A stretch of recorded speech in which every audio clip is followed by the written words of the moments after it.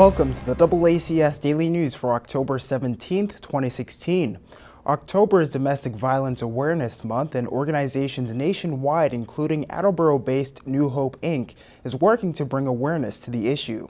We spoke with Director of Development and Marketing Gabrielle to find out more about the effort. New Hope is an organization that works to end domestic and sexual violence throughout a majority of the state of Massachusetts. We actually operate in 54 cities and towns, many of which are very small towns, very difficult to get the word out.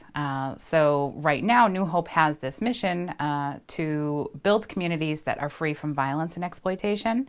Domestic Violence Awareness Month is celebrated each October. What it is a nationwide movement to let communities across the nation know that domestic violence is there. Domestic violence is not something to be ashamed of, to be embarrassed about. Domestic violence is something that we all need to be educated about. Domestic Violence Awareness Month allows us to break down the stigmas and open up conversations, to not be afraid to let people know that there are resources available. There are many agencies like New Hope that offer free counseling, free advocacy, to make sure that people who feel that they are victims at that time have support and have somebody there that has no judgment and gives them some really true options and a pathway to become a survivor. One of the biggest things that we talk about when thinking about victims of domestic violence is, why does a person stay in a domestic violence relationship? And that is our focus this October. This October we are talking to people about financial control and financial abuse, because that's one of the top reasons why people will actually stay in a relationship. So New Hope has paired with Allstate Foundation, and Allstate runs a nationwide campaign to let people know why financial independence is important and paramount to leaving a domestic violence relationship. The best thing that you can do as a bystander or somebody who feels perhaps that somebody that you know has experienced domestic violence at home, always have an open door and always listen. One of the things people get frustrated about is having offered help and the person, the victim, doesn't take help at that time. They perhaps stay in the relationship, and you may feel frustrated by that. You may feel frustrated by the fact that they didn't take the opportunity to leave, they didn't listen to your advice, you know what's best for them. There are probably many other factors in that situation, so the best thing that you can do is keep that door open. Always let them know that you have an open ear, and don't try to advise, just try to listen and be there and support.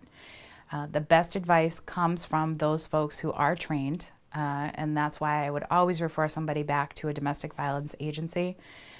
It's always a free and confidential hotline, so it's the best way to get accurate information, whether that be safety planning for emergency situations, whether that be financial planning on, housing planning on how to eventually leave a bad situation.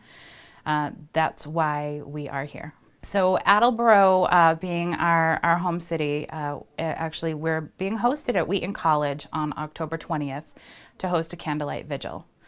At that candlelight vigil, we actually remember the folks in the past year who have lost their lives to a domestic violence homicide in the home. Jane Doe organization, which is a statewide organization, gives us a list each year. And unfortunately, each year, there are 20 to 25 names on that list of people who have been murdered due to severe instances in the home. So on that day, we do recognize those individuals. We also hear from survivors. We have a couple of students who are coming to do a spoken word piece. We have an a cappella group that's coming to sing, so that we can let this community at large know that we are here, we are supportive of this movement and this event to end domestic violence, and for everybody else to come out and show their support in that way. Our 800 number is 1-800-323-HOPE. We still put that beacon of hope out there in everything that we do. And our website is www.new-hope.org. We have a ton of resources on there, and you can also contact us through Facebook as well. That's it for today's update. For DoubleACS News, I'm Austin Ricketts.